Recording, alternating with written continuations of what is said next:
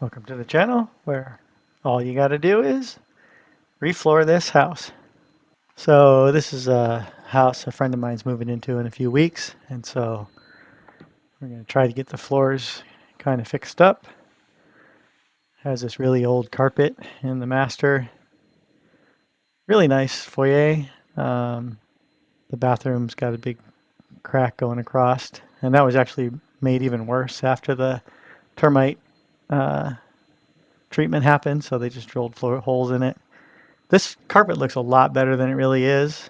Only way I can describe this kitchen is dated, and it has a big crack going across it. I don't know if you can see it there, but it needs to be completely ripped out. So that's what we did. And upon removal of the carpet, it's and the padding, it was like, I think it's original from the 70s.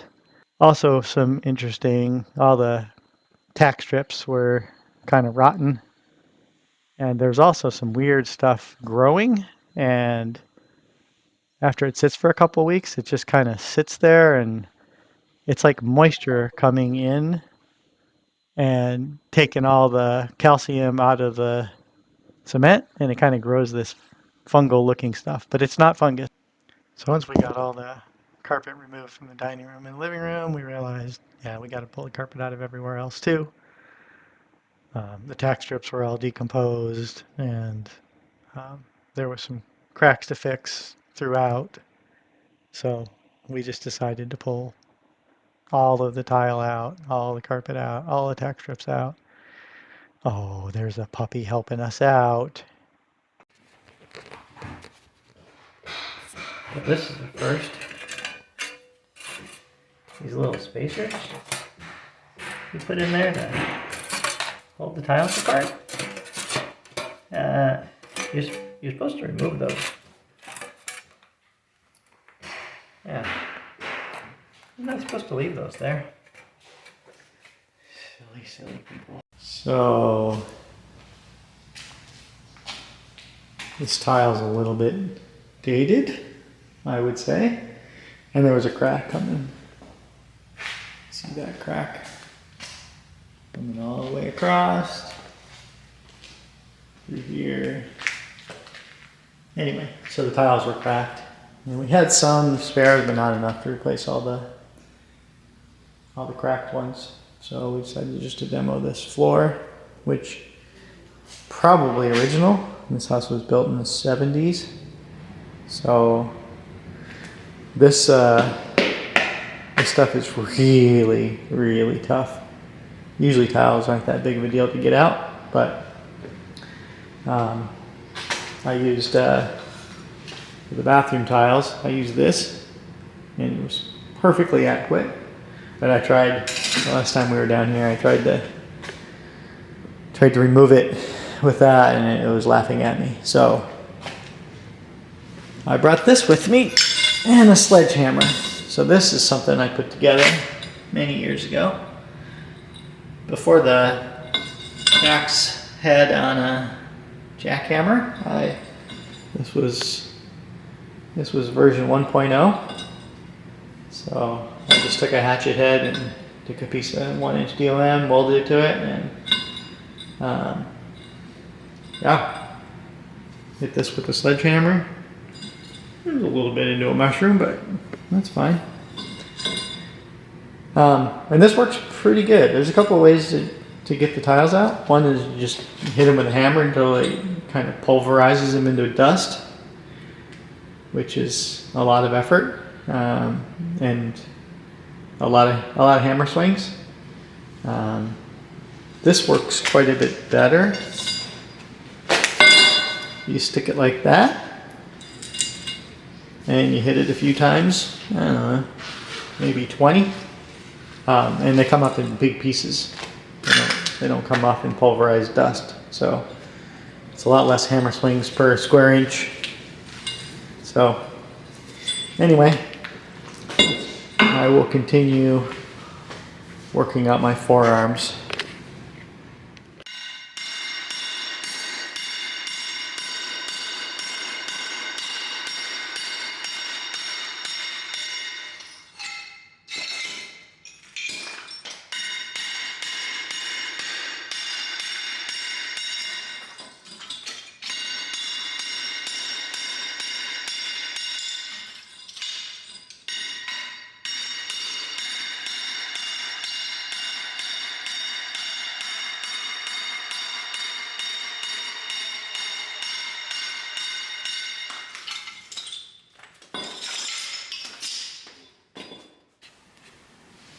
A few hours later.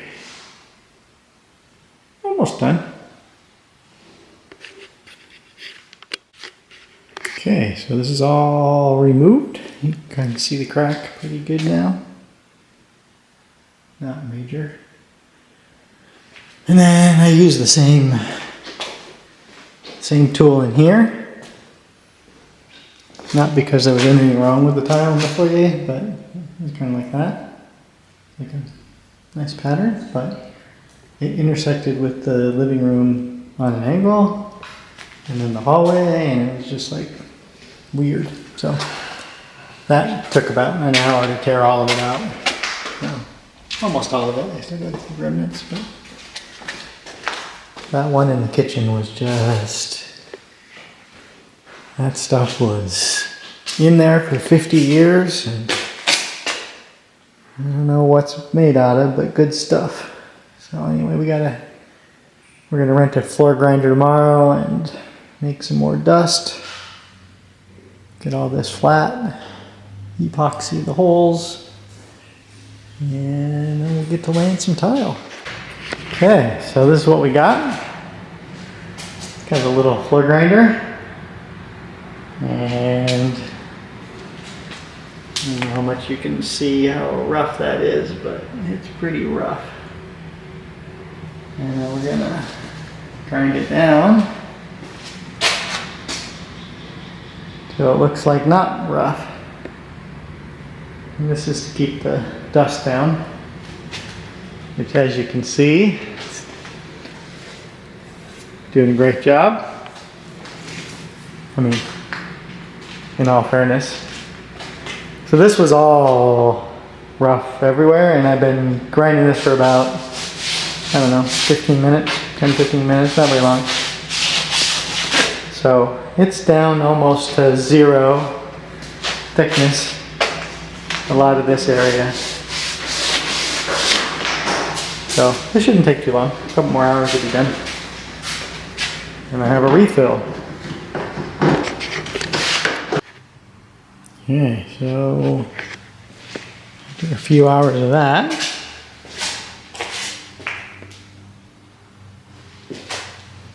Some lunch in there too. It's mostly done.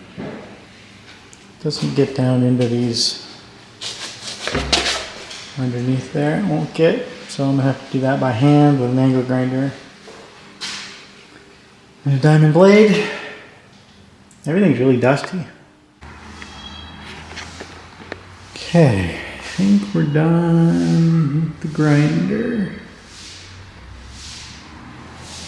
Just a lot of dust cleanup now. This is the living room's all done. Just a scuff job. There's a crack here that I kind of leveled it out, but it was maybe a ½ millimeter or something. There's that crack there. That's major. A little bit of work to do here.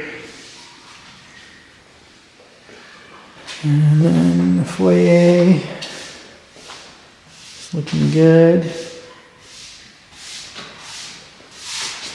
This crack I filled with some epoxy. So you can barely tell now. I filled the epoxy and then sanded it. Again, I'm gonna have to go through here with my angle grinder, get that little pieces. Around the crapper, I got most of it, but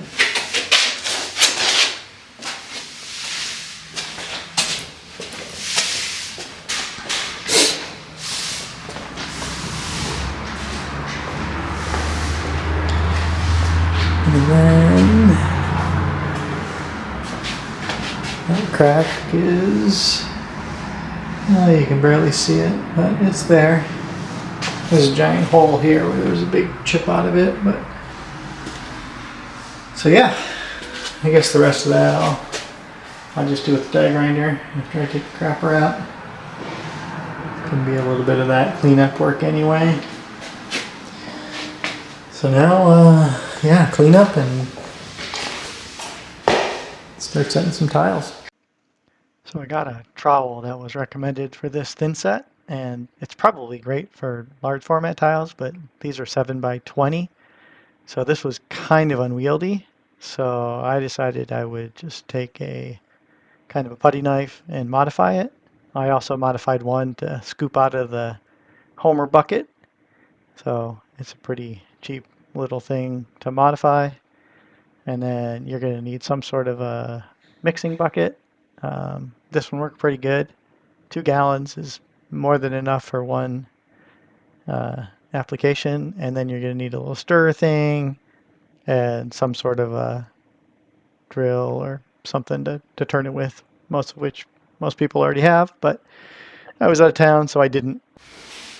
Okay, so working on the bathroom. This is where the shitter goes.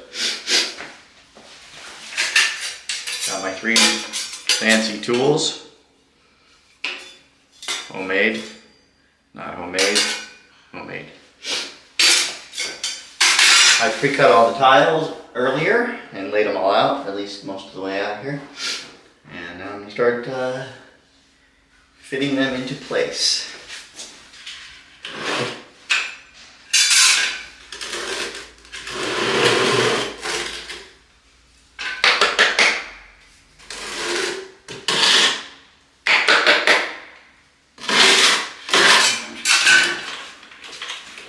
Do a dump and run on this.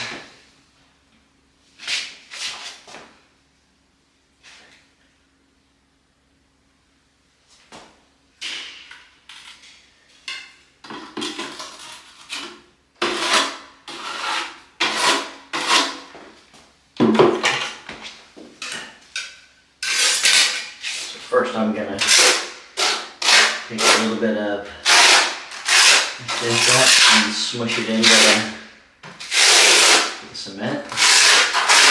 Make sure it has good adhesion.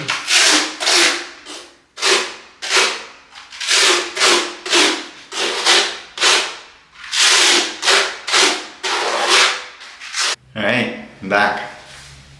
So, my apologies, memory card ran out putting these down, but that was not a very good view anyway. So I got the first 3.5 rows around the shitter, and I will continue going.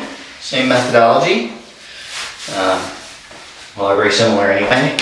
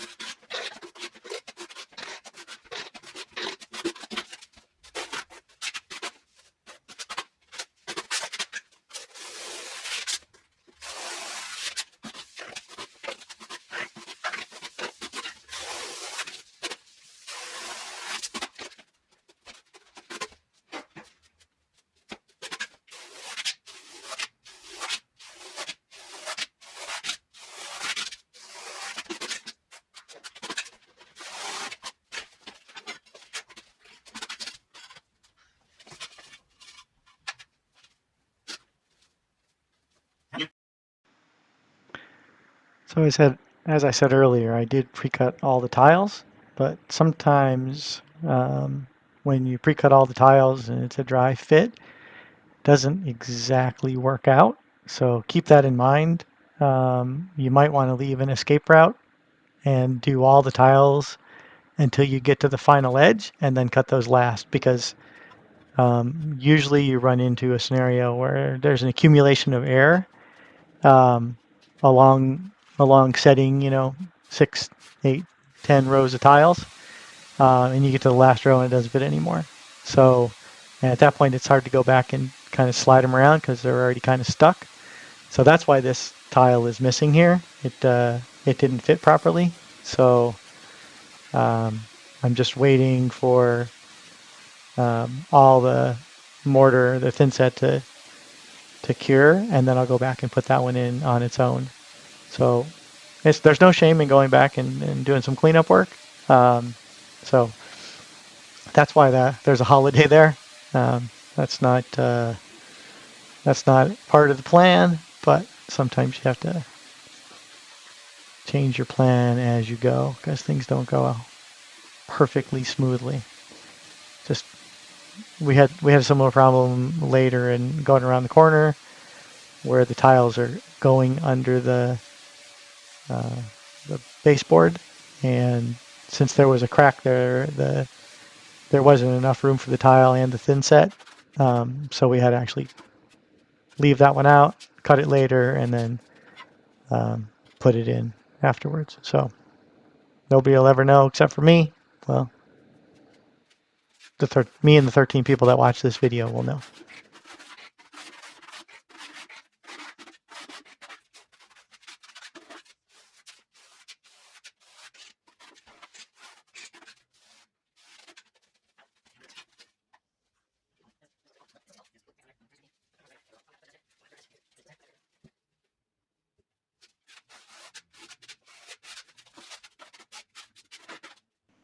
After all the tiles were tried, it was grouted, and it looks pretty good.